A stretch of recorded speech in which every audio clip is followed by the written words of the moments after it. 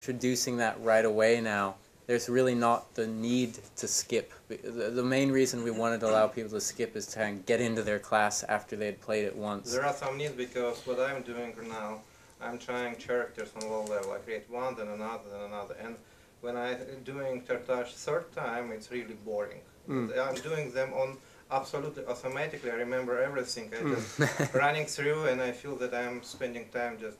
Well, that's very true, and which is why we also are doing the things that I'm talking about, letting you leave the area.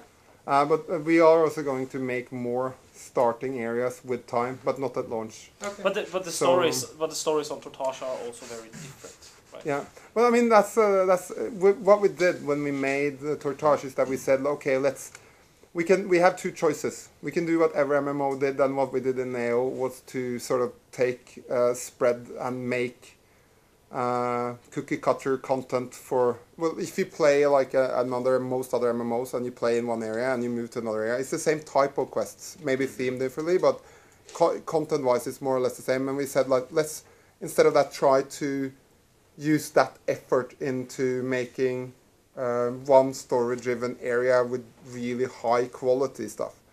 And you know, people who are forced through Tortage time and time again in beta are, you know, basically going to look a bit singed when they enter the game at launch. And kudos to you if you press through and do it over and over again. So thank you very much for that.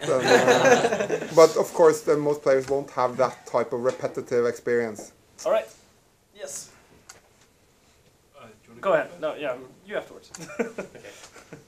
I've just got a couple of technical questions. With the collector's edition, will you be doing a 64-bit client version for that? Do you know? Or is it just a standard 32 only? It's a standard 32.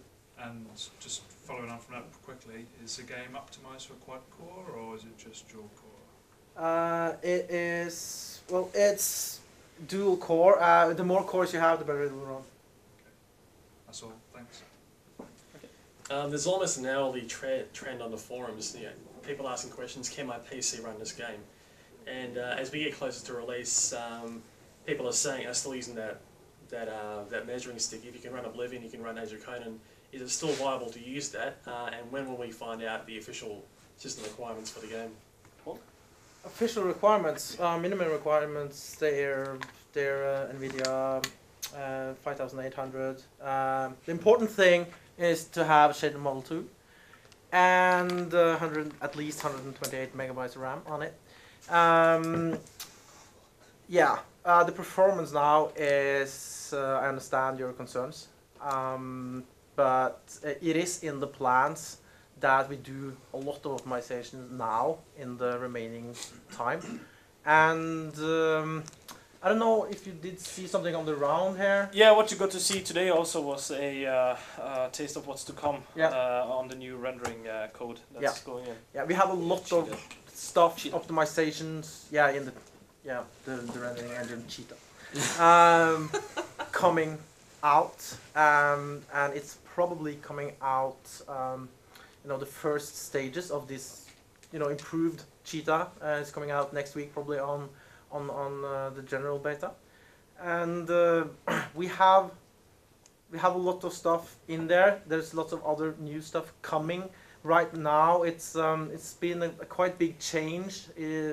So it's coming out with new features, but with the debugging information on. So it's not like a total new engine coming out of the box next week, but it's improved. And what we're looking at, the things, is a bit combined, but it's the memory, how much memory you use, typically from textures. It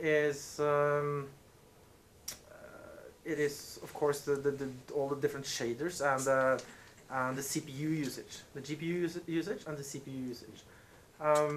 One of the things that we have done lately is that we have improved how you load all the textures. So we used to load like everything. Now we are doing that much more intelligently. So you are supposed to only use the amount of memory that your graphic card can handle. So it adjusts dynamically. And we are we are looking into the frame rate itself. That is going to be a lot improved. And we are looking into making the game load more of the stuff asynchronously instead of synchronously, because that will make it stall and you have stuttering and so on.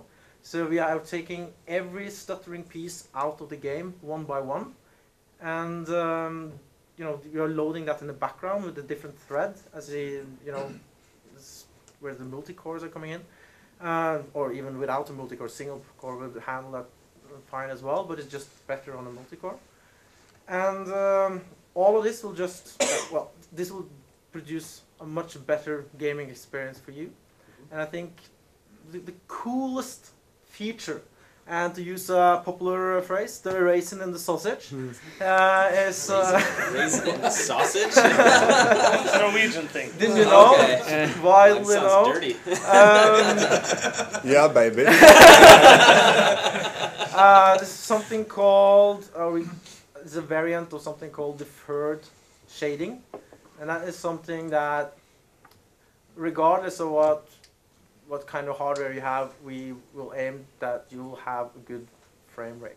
So it adjusts, and we're trying to we will get that in. We have it up and running now. So I'm kind of pumped up these days, because we have a lot of cool stuff going on in the rendering team. But yeah, it will come out on the beta step by step.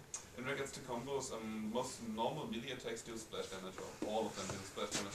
What's about combos, and especially combos who like debuff and miss, have like this massively cool swinging animations when you do combos, but do you like hit people that's standing around you, or only your active target? There was a bug for some time about the combos where they weren't properly affecting Cone as the normal weapon. That's changed. It will be on beta soon. It's currently changed in-house. We've been using it for quite some time, actually. So basically, unless the combo specifies that it only hits a single target, you will always hit